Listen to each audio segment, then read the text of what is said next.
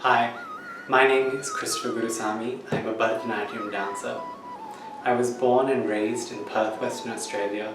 However, I now live in Chennai, in India, and have lived here for 14 years pursuing my dreams of becoming an Indian classical dancer.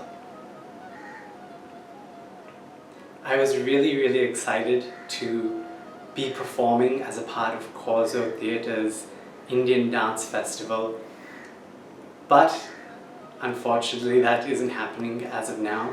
But I'm equally happy and excited to be sharing with all of you today my thoughts and how I found my freedom within the framework.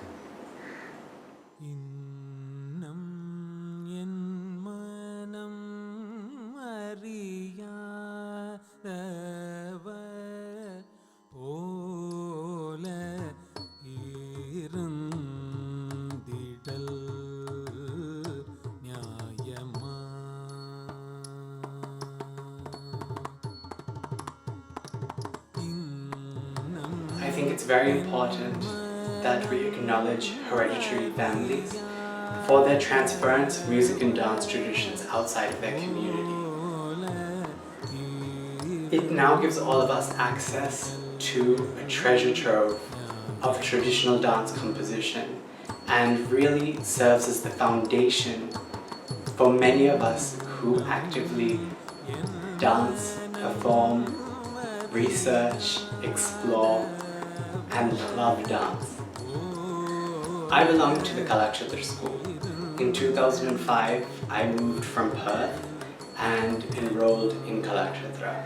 It was one of the most exciting, terrifying, and wonderful things that I've ever done. I spent 6 years plus an additional year studying and performing in the college. This is my foundation. The Kalakshetra school or the Kalakshetra Bani is my foundation. And it serves to me as a very important foundation. Kalakshetra and an education through a syllabized learning format, it gives you a very interesting way of learning. I believe that lots of the compositions that we learn and how they're treated are samples or very good examples of how to deal with specific types of composition. Today we'll be looking at Bharatanatyam primarily. So there aren't a lot of Bharatanatyams in Kalakshetra. However, each Bharatanatyam is very different in its choreography, the choices that are made, and I think that teaches you as a student a lot of things. Many of the compositions, especially when you're looking at things such as Shringaram, which is love, or Bhakti, which is devotion, and how those two types of elements are dealt with, the jatis that are used, the abhinaya and the choice of hands that are used. It is very systematic, it is very rigid in many ways in how it is taught to us. However, I think when we look back at it as a school subject or as a learning experience, we are able to gauge how much further and how much more there is if we want to go. And that's what I learned, or what I have understood of my time in Kalakshetra, is that each of these pieces are just seeds. It's many different types of seeds that are planted in each student. And it's how each student chooses to nurture and care for those items and how they grow. After my college experience, I was very fortunate to be a part of Spanda Dance Company, which is run by Leela Sampson, who is a wonderful choreographer. I think that I was very fortunate to have this incubation period, or a period between learning and starting to create my own work. I was with the company for 5 years, and in that period, being with a choreographer like Leela Sampson, it's very educational. You can learn so much if you are open to it.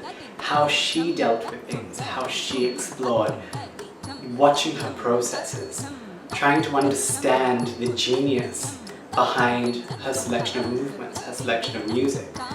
So that incubation period was, for me, very essential. looking back on my dance journey, I understand that my growth within that period of time was actually exponential. I feel that Leelaka is one of my greatest inspirations when I choreograph, and I will speak about her more and throughout this video. Another person who I was very fortunate to learn from and continue learning from is Srimati Braga Bessel. Braga Bessel is an Abhinaya queen. She is amazing. The kind of learning that we learn from her is very unique. She really teaches us the technique of communication and how to bring forth an idea. These two people are essential or are very important in my dance journey and in my own personal development. I wouldn't be the dancer I am and know what little I know if it wasn't for both of them. When we choreograph a Varanam, or we're taught a Varanam, there are three different types of emotive, there are three types of emotive ideas that are tried to be conveyed. The first is what we refer to as Nerkai. Nerkai means the straightforward hand. It follows the meaning of the words of the song in its order. The next is Vakyartham. Vakyartham, it is the gist or a roundabout idea of the hand. The next, and what I find the most exciting right now in my dance journey, is the Sanchari. The Varanam I'll be speaking about today is a contemporary composition of the violin maestro Sri Lalgudi Chi J. Raman. In the Ragam Charukesi Adi Talam, Yennam Yen Manam Ariyadavar Ol Irtidal Nyayama Yadava Madhava. This one line is so interesting, and we're going to explore it, and I'm going to share with you, or I hope to share with you, how I've explored and how I really honestly found such freedom within the framework of this one simple idea. Translated roughly, it is, still do you not understand my heart? Is it right for you to act in this way? Oh my Lord Krishna, is this fair? It's such an interesting line for me because there are so many possibilities. One of the reasons why I took the Sahityam or the words of this Varanam and had a look was actually, to be very honest, because I didn't like it very much. I have seen it many a time. However, there was something that told me that I should just have a look at the words and see if there was something in it that I wasn't looking at properly. And I think that's when, as a person who wants to be an artist, it's important to challenge yourself. It's important for me to challenge myself by looking at things and wondering, why do I like it? Why don't I like it? So I took the Sahityam and I looked at it, and what really excited me in many ways is that I didn't see a specific character. I didn't see a Nayaka. A Nayaka, we have 8 defined types of women that are looked at in Indian poetry, the Ashtanayakas. And in Charukesi, I didn't see that. I didn't see gender within the Varanam, which was very exciting for me. I didn't see the things that normally give us such a boundary to our ideas. And I think that's what really started to excite me when I looked at the Varanam. This piece offers you to put yourself in it. So instead of being somebody else or trying to embody the spirit of somebody else, in this Varanam I really found who Chris is. And I think that's why it's become such a special piece in my repertoire.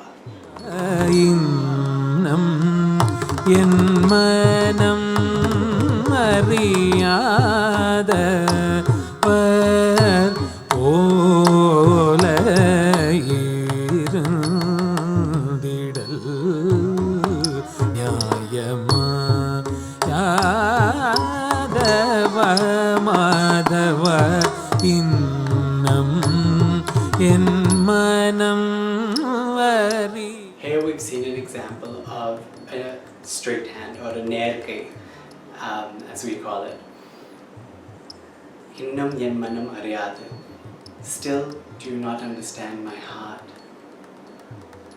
Is it fair for you to act like this towards me? Innam yen manam ariyadavar pol irundidil idu nyayama yadava madava. To me, I found that in the start of a conversation and how I was raised as a child, when we speak to God, we must do certain things. We must take a bath. We must be ready to speak to the divine. So I feel that the first couple of hands that I chose to set were respectful in tone. I think that that was very important. As I continue to understand, and as I continue to explain the button, you'll understand why a respectful tone was important for me at the beginning. The next is an extension of that idea, or a vakyartha. This sets the base for the sanchari being the exploration of the idea at its most wide, for lack of better words. So here I'm saying, you are the protector. If you are the protector of everything in this earth, am I not also one of those things? So establishing the greatness of Krishna is very important for what I want to say next in the Sanchari.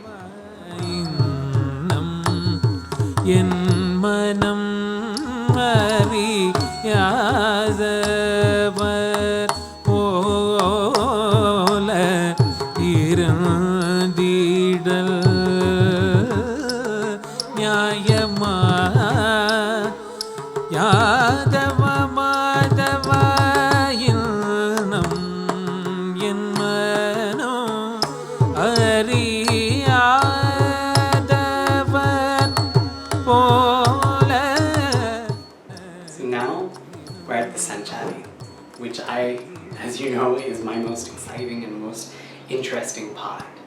Now the Sanchari that I will be talking about and what I have discovered through this journey is very personal. There are three things that I try to look at in this button.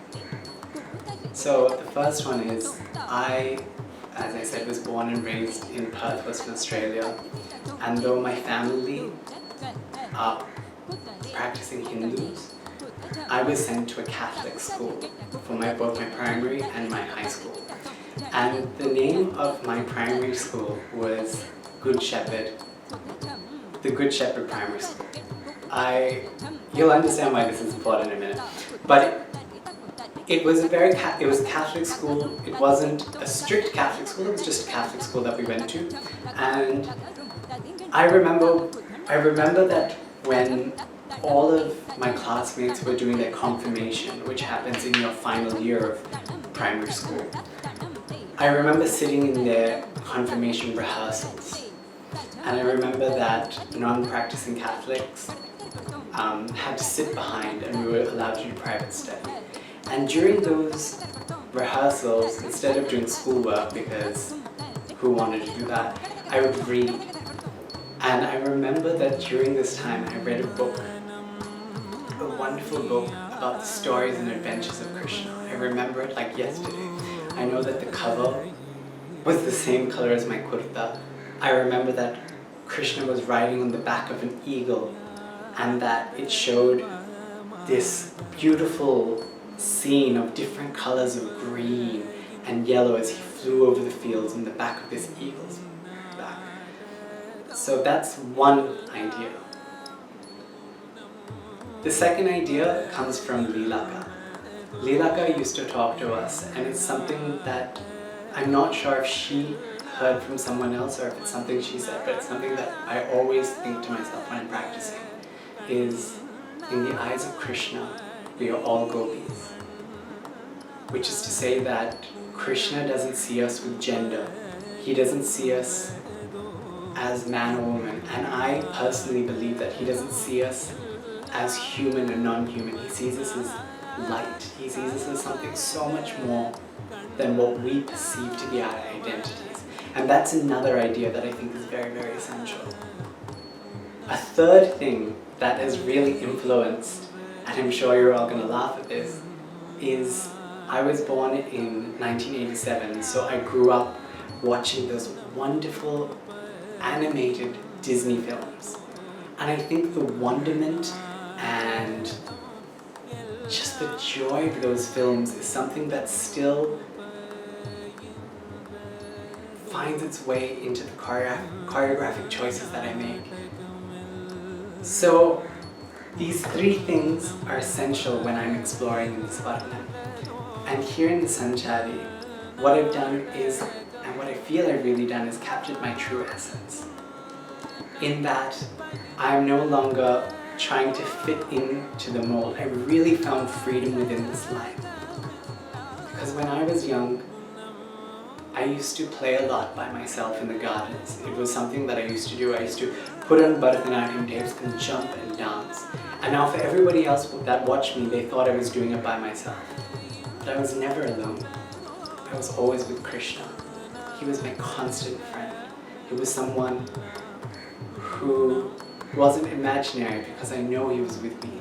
We played such wonderful games and went on such magical adventures.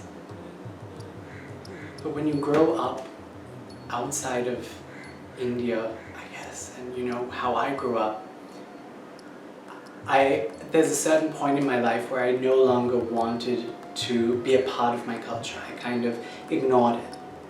And at that point, I feel like I loosened my grip on Krishna's hand and I let him go. So now, as an adult, when I speak to Krishna, I'm asking him, do you still not understand my heart?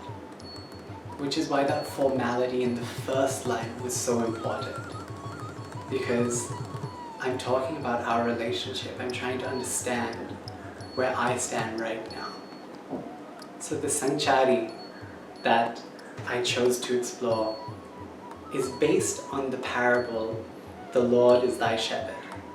And I remember the story. I don't remember it exactly, but I remember that there's a story where there is a shepherd who takes out his sheep and he loses one sheep. And he goes searching and searching and searching until he can find this one sheep. So the Sanchari that I have looked at is asking Krishna, if we are all sheep in your herd, if one of us was to go missing, would you not search for us? I'm like that sheep. I'm lost. I need for you to come and find me again, Krishna. It's such a wonderful, cathartic experience, sharing my own personal experience of Krishna in this way. So the Sanchari really does look at that. Krishna goes out to graze the cows, and then one of his cows goes missing. So he goes searching for it, and he finds it. This is the Sanchari that I've looked on, based on the line of the Varnam Charukesi, Innam Yanmanam Ariyate. Still, do you not understand my heart? Is it fair for you to act this way towards me, oh my Krishna?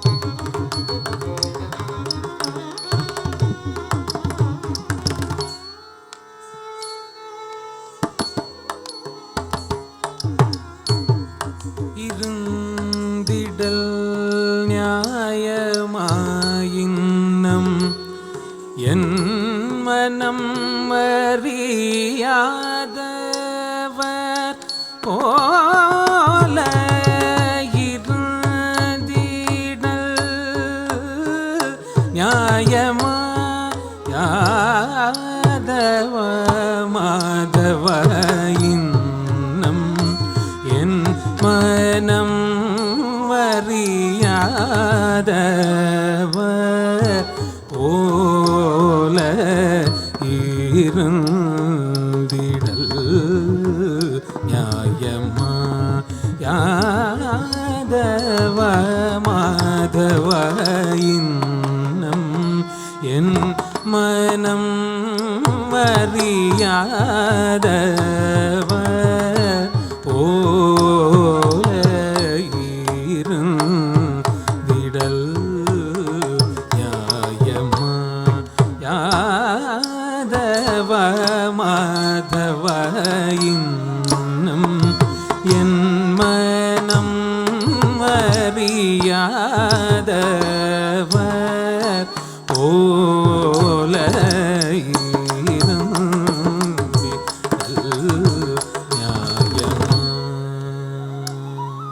So that's my exploration and how I really found freedom within this composition. I think what's so magical and what's so special every time I share this Bharatanatyam is how someone like me can be dancing in amazing places that I'm being invited to perform at. I think anyone can. And I just chase my dreams, and I'm trying to do things that the little Chris that I'm talking about in this Bharatanatyam would be proud of. So this is my Krishna.